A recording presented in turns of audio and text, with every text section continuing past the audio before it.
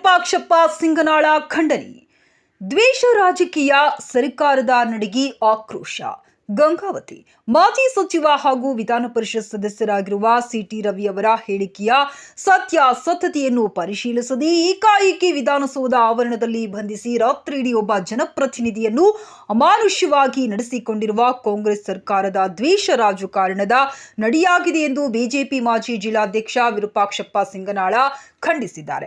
ಈ ಕುರಿತು ಅವರು ಮಾಧ್ಯಮಗಳಿಗೆ ಹೇಳಿಕೆ ಬಿಡುಗಡೆ ಮಾಡಿ ಕಾಂಗ್ರೆಸ್ ಸರ್ಕಾರದ ವಿರುದ್ಧ ಆಕ್ರೋಶ ವ್ಯಕ್ತಪಡಿಸಿದ್ದಾರೆ.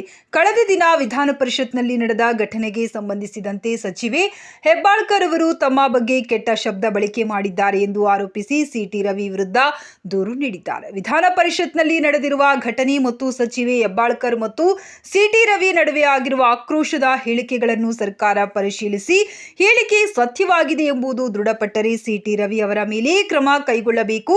ಆದರೆ ಇದ್ಯಾವುದನ್ನೂ ಪರಿಶೀಲನೆ ಮಾಡದೆ ಮುಖ್ಯಮಂತ್ರಿ, ಉಪಮುಖ್ಯಮಂತ್ರಿಗಳು ಮತ್ತು ಕಾಂಗ್ರೆಸ್ ಸರ್ಕಾರ ಏಕಾಏಕಿ ಪೊಲೀಸರ ಮೂಲಕ ಸಿಟಿ ರವಿ ಅವರನ್ನ ಬಂಧಿಸುವ ಕೆಲಸ ಮಾಡಿರುವುದು ಖಂಡನೀಯವಾಗಿದೆ. ಸಾಮಾನ್ಯ ವ್ಯಕ್ತಿಯೊಬ್ಬ ತಪ್ಪು ಮಾಡಿದಾಗಲೂ ಪೊಲೀಸರು ಎಫ್ಐಆರ್ ದಾಖಲು ಮಾಡಲು ದಿನವಿಡೀ ಕಾಲಹರಣ ಮಾಡುತ್ತಾರೆ. ಆದರೆ ಬಿಜೆಪಿಯ ನಾಯಕರು, ಮಾಜಿ ಸಚಿವರು ಹಾಗೂ ವಿಧಾನ ಪರಿಷತ್ ಸದಸ್ಯರಾಗಿರುವ ಜವಾಬ್ದಾರಿಯುತ ಸ್ಥಾನದಲ್ಲಿರುವ ಸಿಟಿ ರವಿ ಅವರ ಮೇಲೆ ಕ್ಷಣ ಮಾತ್ರದಲ್ಲಿ ಎಫ್ಐಆರ್ ದಾಖಲಿಸಿ ಏಕಾಏಕಿ ಬಂಧಿಸಿರುವುದು ಕಾಂಗ್ರೆಸ್ ಸರ್ಕಾರ ದ್ವೇಷ ರಾಜಕಾರಣ ಮಾಡಿದೆ.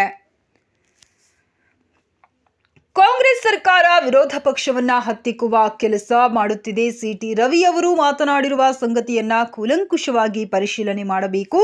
ಆದರೆ ಕಾಂಗ್ರೆಸ್ ಸರ್ಕಾರ ತನ್ನ ಹಗರಣವನ್ನು ಮರೆಮಾಚಲು ವಿರೋಧ ಪಕ್ಷದ ನಾಯಕರ ಮೇಲೆ ದೌರ್ಜನ್ಯ ನಡೆಸುತ್ತಿದೆ.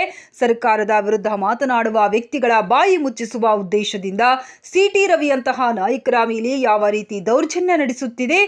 ಸರ್ಕಾರ ತಕ್ಷಣ ಸಿಟಿ ರವಿ ಅವರನ್ನ ಬಿಡುಗಡೆ ಮಾಡಬೇಕೆಂದು ವಿರೂಪಾಕ್ಷಪ್ಪ ಸಿಂಗನಾಳ ಆಗ್ರಹಿಸಿದರು.